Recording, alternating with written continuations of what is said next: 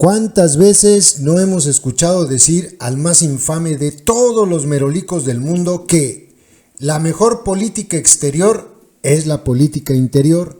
Con esto trata de decir el Anélido que ellos pues no se meten con las decisiones que son de otros países, que cada país puede tomar decisiones buenas, malas, como sean, pero pues que son muy de ellos y así tendría que ser. Solo que eso es en el discurso. En los hechos sabemos que López se ha metido en berenjenales que nos han acarreado un montón de problemas con muchos países. Se ha metido con Panamá, se ha metido con Bolivia, se ha metido con Perú, se ha metido con Argentina antes de que llegara Alberto Fernández, se ha metido con medio mundo, con España, con el Parlamento Europeo. Eso sí, no le gusta que nadie señale nada sobre México. Por ejemplo, cuando el Parlamento Europeo envió esta carta diciéndole al infame Merolico que estaba cabrón que mataran tantos periodistas en México, puta, les dijo hasta borregos, ¿se acuerdan? Pero ese tipo de cosas pues se le olvidan cuando dice la mejor política exterior es la política interior. Es un hipócrita, es un mentiroso.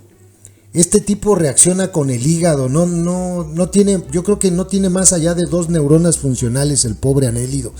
Entonces, anteayer estuvo Alicia Bárcena allá en el Congreso, estuvo compareciendo con los senadores y Emilio Álvarez y Casa le hace un recuento de toda esta lista de estupideces que ha dicho y que ha hecho López con otros países con los que no tendríamos por qué estar peleándonos, pero él nos pone a pelear, a tal grado que incluso han llegado a nombrar personas no gratas a embajadores, a él mismo, y son cosas que no se acuerdan. Pero bueno, se lo dijeron a Alicia Bárcena. Vean ustedes la carita que puso Alicia Bárcena cuando le estaba narrando Emilio Álvarez y Casa toda la sarta de estupideces que ha dicho López de otros países.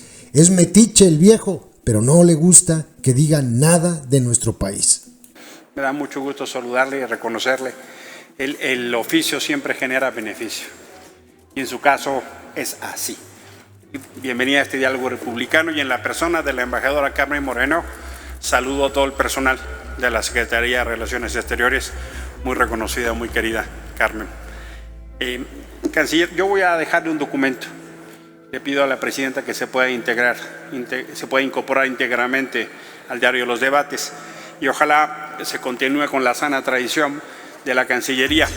El canciller Marcelo Ebrard fue el único que respondía a estos cuestionarios.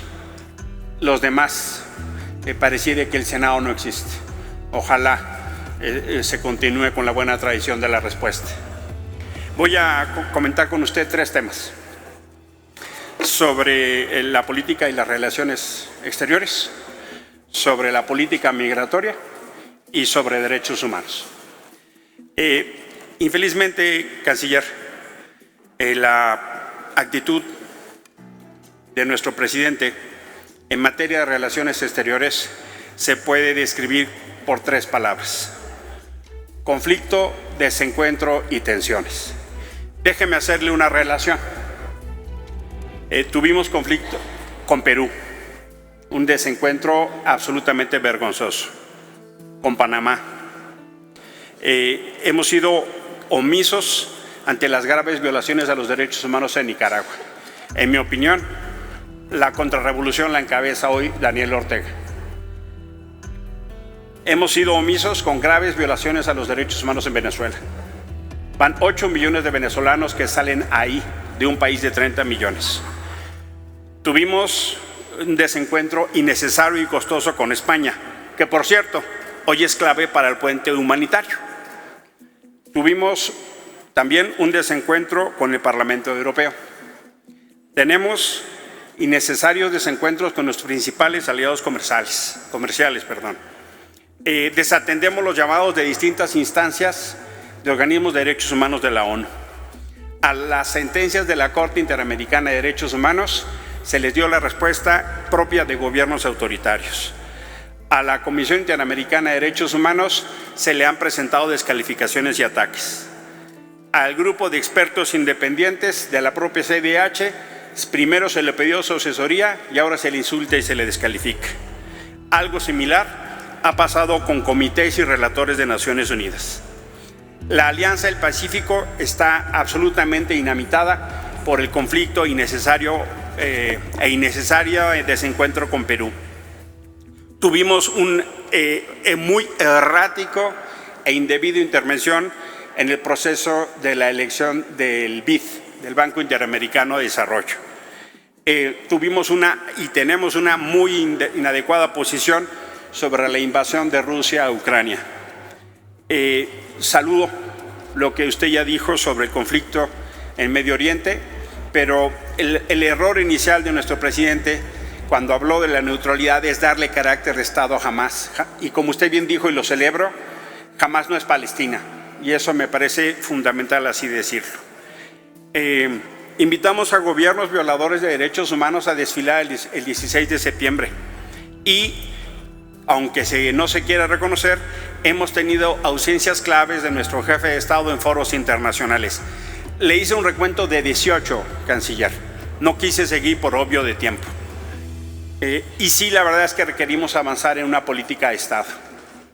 Segundo tema, por la vía de los hechos, México ha aceptado parte de los chantajes de los gobiernos de Estados Unidos. Nosotros hoy tenemos el indigno papel de ser un tercer país seguro, creo que más bien habría que decir inseguro.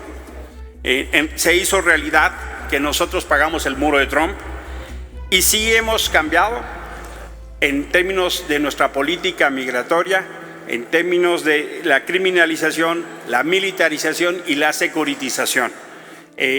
La verdad es que los testimonios desbordan en materia de derechos humanos. Los múltiples abusos que reciben los hermanos latinoamericanos en los aeropuertos mexicanos desbordan incluso hasta las relaciones exteriores. Me parece muy bien, canciller, que haya una cumbre con los países centroamericanos y el Caribe, pero tenemos que sentar a Estados Unidos a esa mesa, canciller, porque en realidad es el factor principalísimo del problema. Y sí creo que sería muy importante convocar de ya, como se hizo cuando surgió la Comar, a una atención humanitaria, una crisis, y creo que Naciones Unidas podría intervenir de manera extraordinaria. En materia de derechos humanos, ¿nos pudiera comentar cuál es el estatus de la recomendación que hizo la CNDH sobre la estación migratoria? Hay una parte dirigida a la Cancillería. Hay dos instrumentos importantes pendientes de ratificación, que son el protocolo facultativo del Pacto Internacional de Derechos Económicos, Sociales y Culturales. Es también lo mismo para el protocolo facultativo de la Convención de los Derechos del Niño relativo al procedimiento de comunicaciones. Estos son dos temas claves. Pedirle, no para ahorita, canciller, pudiera darnos un reporte de los avances de cumplimiento en las recomendaciones de derechos humanos de los organismos internacionales. Y termino. Ahora que estuvimos en Juárez y que, como usted los saludó, por supuesto, en la mejor disposición de encontrarnos, dos elementos para que ustedes tengan el registro. Primero, nos decían, el viernes se rompió un nuevo récord, 27 kilómetros de filas de los trailers. El gobernador Abbott sistemáticamente está violando el TEMEC y nos decían, necesitamos mucho más fuerza de la Cancillería para hacer eso saber. Transmito esa voz. Y también nos dijeron, ustedes son la primera instancia federal que viene después del incendio. No han ido la secretaria de Gobernación y el anterior secretario, ni tampoco han estado otros secretarios federales. Y solo para su registro. Concluya. Concluyo. En la estación de Juárez es un edificio federal que tiene 4 dependencias. En el vestíbulo hay una alerta, un sistema de alarma. Nos dijo el comandante de bomberos que nadie activó la alerta. La alerta en la estación de bomberos se activó porque un capitán segundo vio una columna que pensó que era un coche incendiado. Nadie llamó a los bomberos. Nadie. Un bombero fue el que activó el sistema de alerta. Pareciera entonces que no solo se tomó la intención de dejar la llave cerrada, sino de no hablarle a los bomberos. Hay ahí un agravio tal que requiere, por su carácter fronterizo, la diplomacia y la intervención de la inteligencia de la Cancillería. Por su atención y sus respuestas, muchísimas gracias.